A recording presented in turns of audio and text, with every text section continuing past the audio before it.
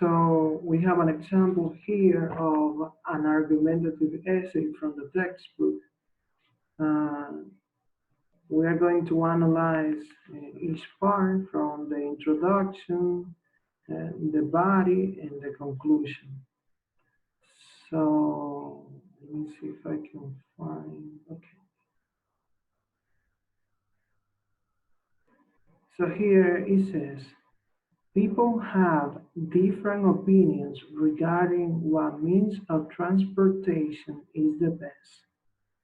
So this is an interesting way to begin the essay because it already talks about people's opinion and it gives you the topic, which is means of transportation.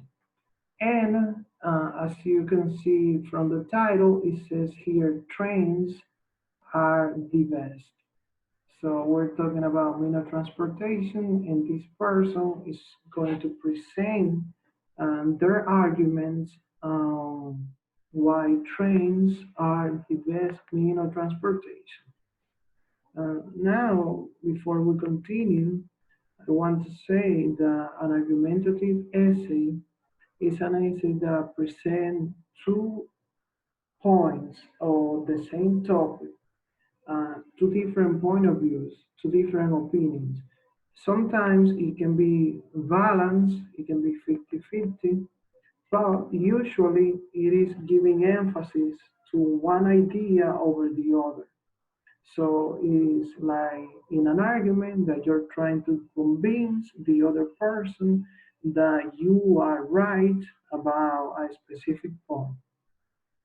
So going back to the introduction, it says here, people have different opinions regarding what means of transportation is the best.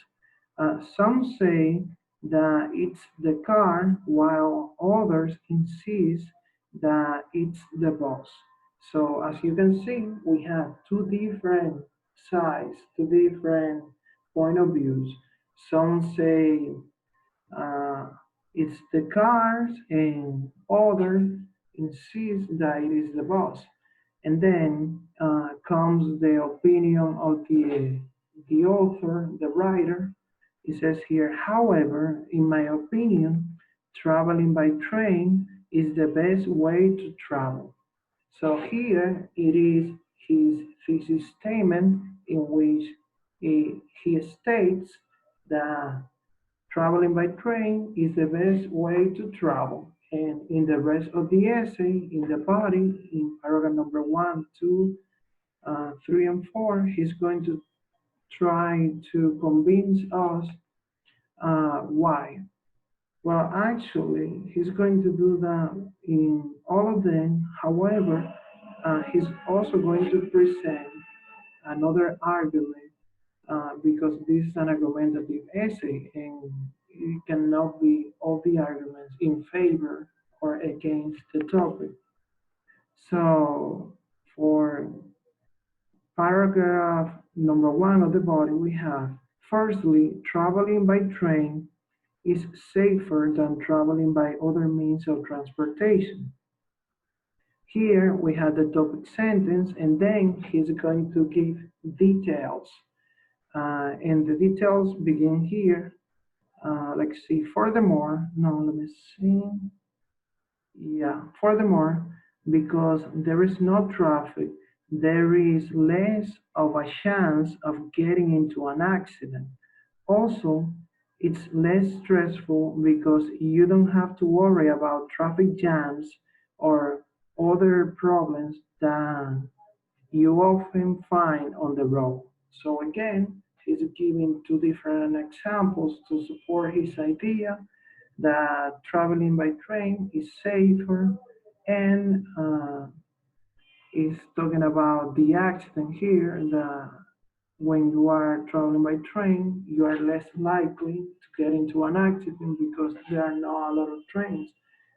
Like in the road, that there are hundreds and hundreds of cars and all kind of vehicles. So in the next paragraph, we have, secondly, traveling by train is far more pleasant than traveling by bus or car. Trains are faster than buses and the seats are much more comfortable. You can sit back and enjoy the view of the country instead of having to stare at other cars and buses on the highway. So again, here he has his topic sentence, and here next he has the supporting details. Now he's going to present a counter argument because you need to balance your point of view in an argumentative essay with a different point of view to let the audience or your readers know that you are open to understand others' point of view and they are valid as well. So, on the other hand, although trains are fast and comfortable, some people claim that train tickets are too expensive. The truth is that train tickets do cost a lot of money. However, as far as I'm concerned, you get what you pay for. And the extra speed, convenience, safety, and comfort is worth a little extra money. So again, even though he's presenting a different point of view, he ends in a note that still tries to convince you of his point of view. He admits that there are negative aspects of traveling by train. For example, here the cost of the tickets. However, he tries to take it back to his point of view. And finally, we have the conclusion. It says here in conclusion, I think that although rail travel means traveling by train, he's using a different word, a different phrase. So, in conclusion, I think that although rail travel can be expensive, it is worthy. There are no traffic jams to cope with, and you can relax and enjoy the scenery in comfort and safety. So, next time you take a trip, why not travel by train and see for yourself how enjoyable it can be? So, this is an excellent conclusion because, as you can see, he's reinstating the uh, thesis statement from the introduction. He's summarizing some of the points from the body. For example, the traffic jams here, that was over here with the traffic jam. Let me see if I can mark here very quickly. So, as I was saying,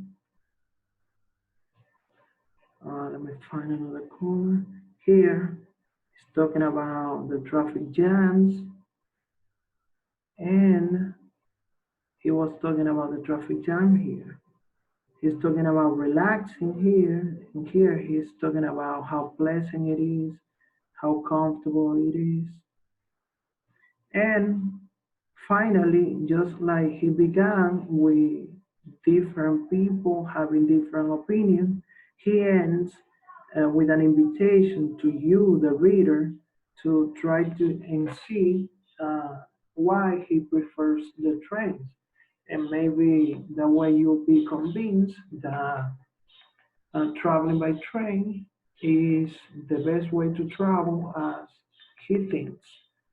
So this is the idea of an argumentative essay. This is not the only way to do it, but this is a good and clear way to do it. We have an introduction with a phrase or an idea that can catch the attention. We have your thesis statement, and also you have some extra information here. You have your body that in this case has two paragraphs in favor of his point of view and one paragraph against, because you need to have something against to balance and make it an argument, because if it is one-sided, it is not an argument, it's more like an exposition or a monologue. And finally, we have the conclusion that is connected to the introduction. Well, that's it.